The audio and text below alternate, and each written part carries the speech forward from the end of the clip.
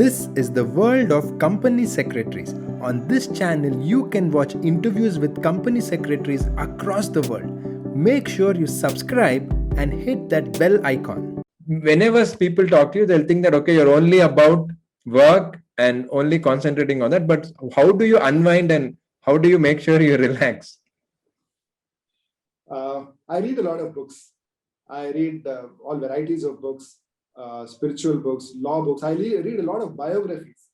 I'll tell you, if you read biographies of great men, that keeps you inspired to do a lot to the society. And you realize that you would realize that you have a lot to contribute to the society in every possible manner.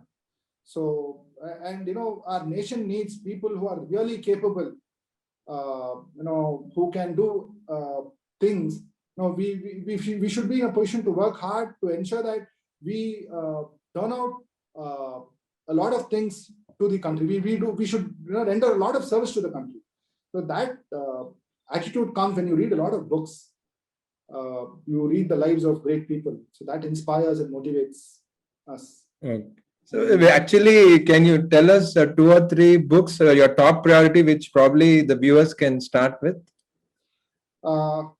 In fact, I generally ask students to read this book, Roses in December by M.C. Chagla.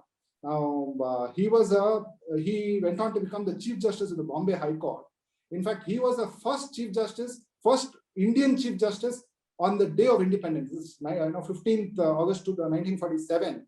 He was the only Indian to be the Chief Justice of the country in the sense of a particular High Court. Because all the other High Courts had Englishmen as Chief Justice would generally, or Chief Justices of all the High Courts would only be Englishmen.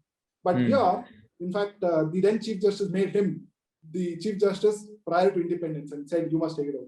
Now he says Roses in December. The word December indicates that he is writing his autobiography towards the end of his life. So he thought what all he could do, what all he saw in his life. So this is one nice book to read.